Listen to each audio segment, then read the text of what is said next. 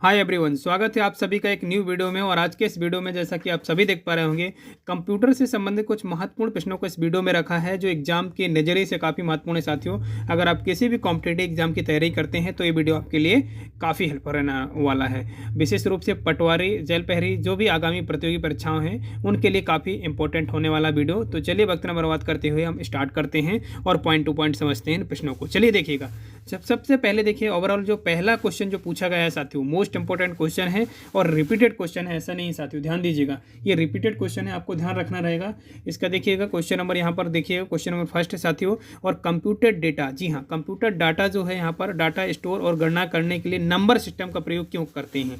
तो विशेष रूप से आपको याद रखना होगा इसका राइट आंसर क्या हो जाएगा आपका। ध्यान दीजिएगा, ये ऑप्शन आपके सामने दिए गए हैं साथियों। देखिएगा पहले तो क्वेश्चन को भली भांति समझिए, थोड़ा सा लेंथी क्वेश्चन है। देखिएगा, कंप्यूटर डाटा स्टोर और गणना करने के लिए नंबर सिस्टम का प्रयोग क्यों करते हैं, और ये ऑप्शन आपके सामने है साथियों। देखिए ये यहाँ पर ऑप्शन तो दिए गए हैं, पहला दशमलव दिया गया है, दूसरा दिया गया है हेक्साडेसिमल, या फिर अगर हम हेक्साडेसिमल, अगर इसके अलावा बात करें तो ऑक्टल, और तीसरे चौथा नंबर जो ऑप्शन दिया गया है वो दिया गया है आपका बाइनरी। तो साथियों देखिए इसका राइट आंसर की अगर हम बात करें तो option number D is the correct answer हो जाएगा साथियों। ध्यान रखिएगा, इसका राइट आंसर क्या हो जाएगा साथियों, बाइनरी नंबर। अब देखिए बाइनरी नंबर जो होते हैं कंप्यूटर में अगर हम बात करें तो बाइनरी नंबर, अगर हम बात करें तो बाइनरी नंबर को एक बिट बाइनरी संख्या को भी कहते हैं, विशेष रूप से याद रखिएगा। एक बाइनरी संख्या को बिट भी बोलते हैं विशेष रूप से अगर बात करें। और जो ये बाइनरी नंबर होते हैं 0 और 1 के बीच में होते हैं, 0 और 1। तो 0 का मतलब होता है साथियों, यहाँ पर रखिएगा, 0 का मतलब होता है यहाँ पर ऑफ, यानी ऑफ की बात कर रहे हैं यहाँ पर ऑफ। 0 का मतलब होता है ऑफ, और इसके अलावा अगर 1 की बात करें तो 1 का मतलब होता है यहाँ पर ऑन। क्लियर है। तो याद रखिएगा जो बाइनरी नंबर होते हैं, और ये बाइनरी नंबर दो टाइप के होते हैं, एक तो 0 और 1 है ना। तो वैसे 0 और 1 के बीच में होते हैं, आपको याद रखना रहेगा साथियों। तो option number D is the correct answer हो जाएगा। क्लियर है। चलिए नेक्स्ट क्वेश्चन की ओर बढ़ते हैं जो कि मोस्ट इंपॉर्टेंट है क्वेश्चन। देखिएगा साथियों, मोस्ट इंपॉर्टेंट क्वेश्चन है, बिल्कुल आपके एग्जाम में पूछा जा सकता है साथियों। देखिएगा यहाँ जो क्वेश्चन आपसे पूछा गया है कि निम्नलिखित में से स्टोरेज का सबसे बड़ा यूनिट कौन सा है, सबसे बड़ा यूनिट। अब देखिए स्टोरेज मेजर आप सभी जानते हैं, कंप्यूटर के स्टोरेज मेजर करने के लिए कुछ क्या है, आपके टीबी, जीबी और केबी, एमबी वगैरह दिए जाते हैं। तो यहाँ पर बात की जा रही है निम्नलिखित में से स्टोरेज का सबसे बड़ा यूनिट कौन सा है, सबसे बड़ा यूनिट। जी हाँ, देखिए सबसे बड़े अगर यूनिट की बात करें तो आप सभी जानते हैं जो टीबी है, जिसे आप टेराबाइट के रूप में जानते हैं, ये option number A is the correct answer हो जाएगा साथियों। क्या हो जाएगा इसका right answer, option number A is the correct answer हो जाएगा, टीबी। जी हाँ, जिसे क्या बोलते हैं आप टेराबाइट के रूप में जानते हैं, किस नाम से जानते हैं, टेराबाइट। इसका फुल नेम क्या होता है, टेराबाइट साथियों। और इसके अलावा अगर हम जीबी की अगर बात करें तो जीबी की बात करें तो यहाँ पर केबी जो है सबसे छोटा फॉर्म हो जाएगा अगर बात करें स्टोरेज में। तो यहाँ पर देखिएगा वो जो जीबी है जिसे आप गीगाबाइट के रूप में जानते हैं, किसके रूप में जानते हैं, गीगाबाइट के रूप में जानते हैं। इसके अलावा अगर केबी की बात करें तो किलोबाइट के रूप में जानते हैं, और एमबी जो होता है वो मेगाबाइट के रूप में जानते हैं आप सभी। क्लियर है। तो ये आपके चारों के चारों आपको फुल नेम भी याद रखना है। इसके साथ अगर बात की जाए इसमें सबसे बड़ा, तो सबसे बड़ा यहाँ पर टेराबाइट हो, सबसे छोटा यहाँ पर कौन सा हो जाएगा आपका, किलोबाइट। जी हाँ, ऑप्शन नंबर सी क्या है, सॉरी ये किलोबाइट सबसे छोटा है और सबसे बड़ा क्या है आपका, टेराबाइट। चलिए नेक्स्ट क्वेश्चन की ओर बढ़ते हैं साथियों। नेक्स्ट क्वेश्चन देखिएगा मोस्ट इंपॉर्टेंट क्वेश्चन है, बिल्कुल आपके एग्जाम में पूछा जा सकता है साथियों। ध्यान दीजिएगा, यहाँ पर जो क्वेश्चन आपसे पूछा जा रहा है, ये क्वेश्चन पूछा जा रहा है कि बाइनरी चॉइस में कितने विकल्प होते हैं। अभी जस्ट इसके पहले हमने अध्ययन किया है कि बाइनरी जो नंबर होते हैं 0 और 1 के बीच में होते हैं। 0 और 1 मतलब दो नंबर होते हैं, आप सभी जानते हैं। जीरो मीन्स क्या होता है, यहाँ पर ऑफ का मतलब होता है बंद करना, और इसके अलावा ऑन जो होता है वो चालू करना होता है ना। तो याद रखिएगा इसमें 2 ही अंक होते हैं, आप सभी जानते हैं। इसमें कितने अंक होते हैं, 2 अंक होते हैं। तो इसका राइट आंसर क्या हो जाएगा, बाइनरी चॉइस में कितने विकल्प होते हैं। तो देखिए इसका राइट आंसर क्या हो जाएगा साथियों, option number B is the correct answer हो जाएगा। क्या हो जाएगा साथियों, B, option number B is the correct answer हो जाएगा। 2 ही डिजिट होते हैं, 0 और 1। क्लियर है। चलिए नेक्स्ट क्वेश्चन की ओर बढ़ते हैं साथियों। मोस्ट इंपॉर्टेंट क्वेश्चन है साथियों, ध्यान दीजिएगा। जी हाँ, अगर अभी तक चैनल आपने सब्सक्राइब नहीं किया है तो प्यारे साथियों ध्यान दीजिएगा, चैनल को अभी सब्सक्राइब करें, और जी हाँ बेल आइकन को जरूर ऑन करिए, जिससे हमारे आने वाले सभी वीडियो का नोटिफिकेशन मिलता रहे साथियों। क्लियर है सभी को। हाँ जी हाँ, चलिए देखिएगा क्वेश्चन नंबर 4 देखिएगा साथियों। क्वेश्चन नंबर 4 देखिएगा, मोस्ट इंपॉर्टेंट क्वेश्चन आपसे पूछा जा रहा है कि एक वर्ड से कितने मूल्य निरूपित किए जाते हैं, है ना, किए जा सकते हैं। तो ये क्वेश्चन देखिएगा, इसी रूप से आपको ध्यान रखना होगा इस क्वेश्चन को। देखिएगा क्वेश्चन तो क्लियर हो गया आपको। चलिए इसके राइट आंसर की अगर बात करें तो इसका राइट आंसर हो जाएगा option number D is the correct answer हो जाएगा। क्या हो जाएगा साथियों? Option number D is the correct answer हो जाएगा। नेक्स्ट क्वेश्चन की ओर बढ़ते हैं। नेक्स्ट क्वेश्चन देखिएगा, क्वेश्चन नंबर 5। जी हाँ, क्वेश्चन नंबर 5 आपसे ये पूछा जा रहा है साथियों, ध्यान दीजिएगा। यहाँ पर ये पूछा जा रहा है कि आपका जो ये निम्न में से नेटवर्क का प्रकार है, आपको नेटवर्क का प्रकार बताना चाहती हूँ। देखिए अगर हम इसमें नेटवर्क के प्रकार की बात करें तो आप सभी जानते हैं जो ऑप्शन नंबर ई है, यानी लैन जो है ये भी नेटवर्क का प्रकार है। इसके अलावा जो आपका बैन है ये भी नेटवर्क का प्रकार है। इसके अलावा जो आपका मैन है ये भी नेटवर्क का प्रकार है। तो ये सभी क्या है? नेटवर्क के प्रकार हैं। तो इसलिए option number D is the correct answer हो जाएगा। क्या हो जाएगा? Option number D is the correct answer हो जाएगा। लैन का फुल नेम आप सभी जानते हैं कि लोकल एरिया नेटवर्क होता है। इसके अलावा ये वाइड एरिया नेटवर्क होता है और मैन जो होता है मेट्रोपॉलिटन एरिया नेटवर्क होता है साथियों। तो यहाँ से फुल नेम भी आपको तीनों के याद रखना है साथियों। क्लियर है? चलिए नेक्स्ट क्वेश्चन की ओर बढ़ते हैं। नेक्स्ट क्वेश्चन देखिएगा। नेक्स्ट क्वेश्चन देखिएगा साथियों, मोस्ट इंपॉर्टेंट क्वेश्चन आपसे पूछा जा रहा है। ये क्वेश्चन पूछा जा रहा है कि डब्ल्यू के आविष्कारक कौन है? डब्ल्यू के आविष्कारक देखिएगा, Tim Berners Lee, Bill Gates, Lee and फियोन, और यहाँ पर इनमें से कोई नहीं। तो देखिए इसके राइट आंसर की अगर हम बात करें साथियों तो ध्यान दीजिएगा इसका राइट आंसर क्या हो जाएगा, है ना? Tim Berners-Lee. जी हाँ, टिम बर्नर्स-ली का नाम आपको याद रखना रहेगा। देखिए टिम बर्नर्स-ली डब्ल्यू के आविष्कारक हो जाएंगे साथियों। ध्यान दीजिएगा option number A is the correct answer हो जाएगा। क्या हो जाएगा? ऑप्शन नंबर ए लगा लीजिए। क्लियर है? देखिए आप ऑप्शन नंबर ए, यानी जी हाँ, डब्ल्यू के आविष्कारक जो हैं जन्मदाता किसे माना जाता है? टिम बर्नर्स-ली को माना जाता है। अब आपको याद रखना रहेगा कि डब्ल्यू का फुल नेम क्या होता है। तो वर्ल्ड वाइड एरिया आपको याद रखना है। ठीक है, क्लियर है? तो साथियों आपको डब्ल्यू का फुल नेम भी आपको याद रखना रहेगा। वर्ल्ड वाइड वेब, आपको इसका फुल नेम क्या हो जाएगा? वर्ल्ड वाइड वेब, है ना? याद रखिएगा साथियों। और इसके आविष्कारक कौन है साथियों? याद रखिएगा, टिम बर्नर्स-ली। जी हाँ, मोस्ट इंपॉर्टेंट क्वेश्चन है, रिपीटेड क्वेश्चन है साथियों, ध्यान दीजिएगा, है ना? बिल्कुल हमने उन्हीं क्वेश्चनों को इस वीडियो में रखा है साथियों जो एग्जाम में बार बार ट्रेंड करते हैं साथियों। क्लियर है? चलिए नेक्स्ट क्वेश्चन की ओर बढ़ते हैं साथियों। चलिए नेक्स्ट क्वेश्चन देखिएगा। नेक्स्ट क्वेश्चन आपसे ये पूछा जा रहा है कि सूचना, जी हाँ, यहाँ पर ये पूछा गया है कि सूचना राजपथ किसे कहा जाता है? जी हाँ, सूचना राजपथ।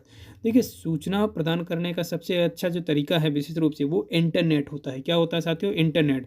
अब देखिए ईमेल जो है वो इंटरनेट के जरिए तो भेजा जाता है। तो याद रखिएगा इसका option number B is the correct answer हो जाएगा साथियों। याद रखिएगा ईमेल आप ऑप्शन नहीं लगा सकते हैं। क्यों? क्योंकि यहाँ पर सूचना राजपथ किसे कहते हैं? ये इंटरनेट को बोलते हैं। इंटरनेट ही विशेष रूप से सभी सूचनाओं को आदान प्रदान करने का काम करता है। क्लियर है? तो option number A B is the correct answer हो जाएगा साथियों। चलिए नेक्स्ट क्वेश्चन की ओर बढ़ते हैं जो कि मोस्ट इंपॉर्टेंट क्वेश्चन है साथियों, रिपीटेड क्वेश्चन है।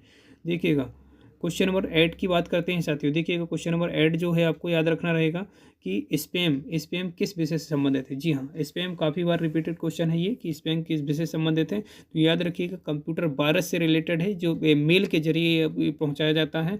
तो इसका जो राइट आंसर हो जाएगा यहाँ पर जो ऑप्शन है उसके अकॉर्डिंग अगर राइट आंसर की बात करें तो option number C is the correct answer हो जाएगा। जी हाँ, option number C is the correct answer हो जाएगा। आपको याद रखना रहेगा कंप्यूटर साथियों। क्लियर है?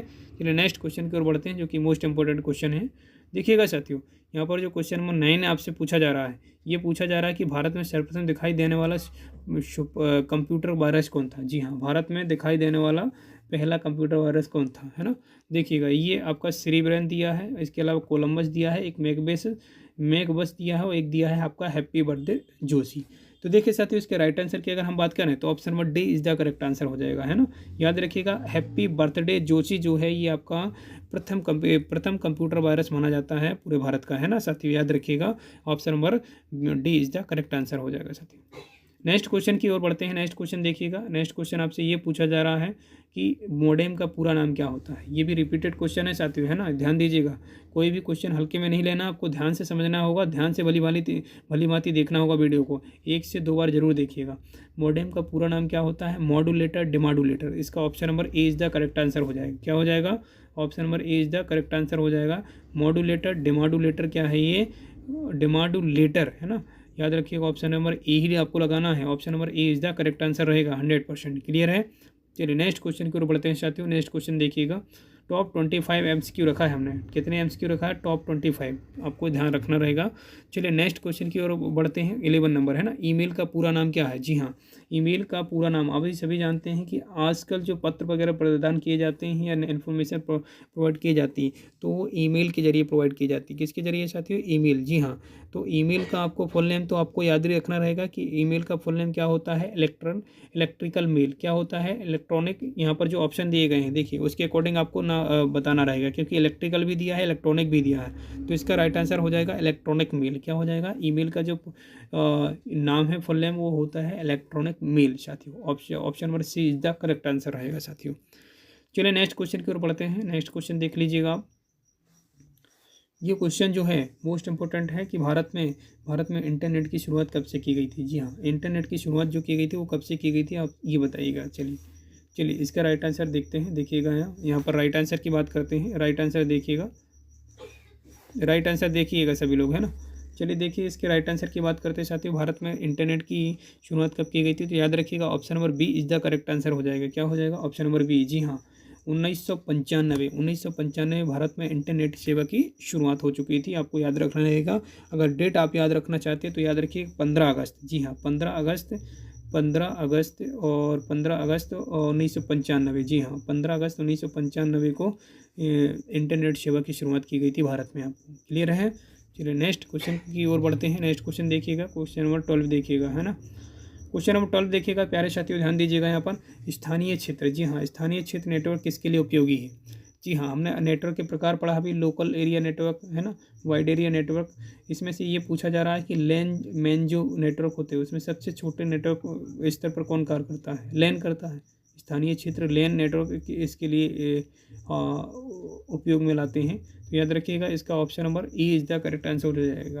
क्या हो जाएगा साथियों? ऑप्शन नंबर ए। जी हाँ, व्यापारी, है ना। तो व्यापारी विशेष रूप से आपको याद रखना रहेगा, इसका राइट आंसर हो जाएगा। और स्थानीय क्षेत्र नेटवर्क जो होता है, लोकल एरिया नेटवर्क, यानी लोकल में ही आपको चलाने की अनुमति दी जाती है, आपको याद रखना रहेगा। क्लियर है? तो इसका राइट आंसर क्या हो जाएगा साथियों? व्यापारी, है ना। जो औद्योगिक जो क्षेत्र होते हैं, याद रखिएगा औद्योगिक। जी हाँ, औद्योगिक जो क्षेत्र होते हैं, औद्योगिक क्षेत्रों में लैन एरिया का यूज किया जाता है, आपको याद रखना रहेगा। व्यापारी इसका यूज करते हैं, है ना, उसी एरिया में चलाया जाता है। क्लियर है? चलिए नेक्स्ट क्वेश्चन की ओर बढ़ते हैं। नेक्स्ट क्वेश्चन देखिएगा, क्वेश्चन नंबर 14 देखिएगा। क्वेश्चन नंबर 14 देखिएगा, जो कि मोस्ट इंपॉर्टेंट क्वेश्चन है। आपको ध्यान रखना रहेगा कि भारत में यानी प्रथम नेटवर्क किसे माना जाता है ना। प्रथम नेटवर्क जिससे नेटवर्क की नींव पड़ी थी, है ना। तो याद रखिएगा वह नेटवर्क, है ना, वह प्रथम नेटवर्क जिससे नेटवर्क की नींव पड़ी थी, है ना। तो देखिएगा इसका राइट आंसर क्या हो जाएगा? Option number A is the correct answer हो जाएगा। जी हाँ, ARPANET प्रथम नेटवर्क है जिसके बाद नेटवर्क की नींव पड़ चुकी थी। आपको याद रखना रहेगा ARPANET प्रथम नेटवर्क के रूप में जाना जाता है। मोस्ट इंपॉर्टेंट है साथियों, ध्यान दीजिएगा, इसमें डबल स्टार लगा लीजिए। जी हाँ, डबल स्टार लगा लीजिए, क्योंकि ये क्वेश्चन आपसे वापस पूछा जाएगा, याद रखिएगा साथियों। चलिए नेक्स्ट क्वेश्चन की ओर बढ़ते हैं। नेक्स्ट क्वेश्चन की ओर बढ़ते हैं। क्वेश्चन नंबर 15 देखिएगा। क्वेश्चन नंबर जो 15 आपसे पूछा जा रहा है कि निम्न में से सिस्टम यूनिट का भाग है। कौन सा सिस्टम यूनिट का भाग नहीं है साथियों? देखिएगा यहाँ पर जो सिस्टम यूनिट के भाग हैं वो आप सभी जानते हैं कि जो आपके मॉनिटर है वो सिस्टम यूनिट का भाग है, प्रिंटर है, स्कैनर है ना। तो देखिएगा इसके राइट आंसर की अगर हम बात करें तो इसका राइट आंसर क्या हो जाएगा? सॉरी, यहाँ पर निम्न में से सिस्टम यूनिट का भाग है, नहीं पूछा है साथियों, है ना। सॉरी, माफ़ी चाहेंगे। इसका option number C is the correct answer हो जाएगा। निम्न में से कौन सिस्टम यूनिट का भाग है? तो याद रखिएगा option number C is the correct answer हो जाएगा, CPU। जी हाँ, जिसे कंप्यूटर का मस्तिष्क कहा जाता है साथियों। कंप्यूटर का मस्तिष्क किसे बोला जाता है? CPU को बोला जाता है, जिसका पूरा नाम क्या होता है? सेंट्रल प्रोसेसिंग यूनिट साथियों। क्लियर है? तो 15 का option number C is the correct answer हो जाएगा साथियों। तो आज के इस वीडियो में हमने टॉप 15 क्वेश्चन को कंप्लीट किया है। अगर वीडियो आपको पसंद आता है तो वीडियो को शेयर करना बिल्कुल ना भूलिए। जी हाँ, चैनल में नए हैं तो सब्सक्राइब जरूर कर लीजिएगा और बेल आइकन साथ में जरूर ऑन करें, जिससे हमारे आने वाले सभी वीडियो का नोटिफिकेशन मिलता रहे। जी हाँ, अगर आप वीडियो का PDF चाहते हैं तो टेलीग्राम चैनल पर विजिट कर सकते हैं, स्टडी फॉर GK के नाम से, और यहाँ पर विजिट करिए, जहाँ पर आपको बेस्ट कंटेंट आपको प्रोवाइड किया जाएगा आपको। क्लियर है? चलिए मिलते हैं नेक्स्ट वीडियो में, तब तक के लिए जय हिंद।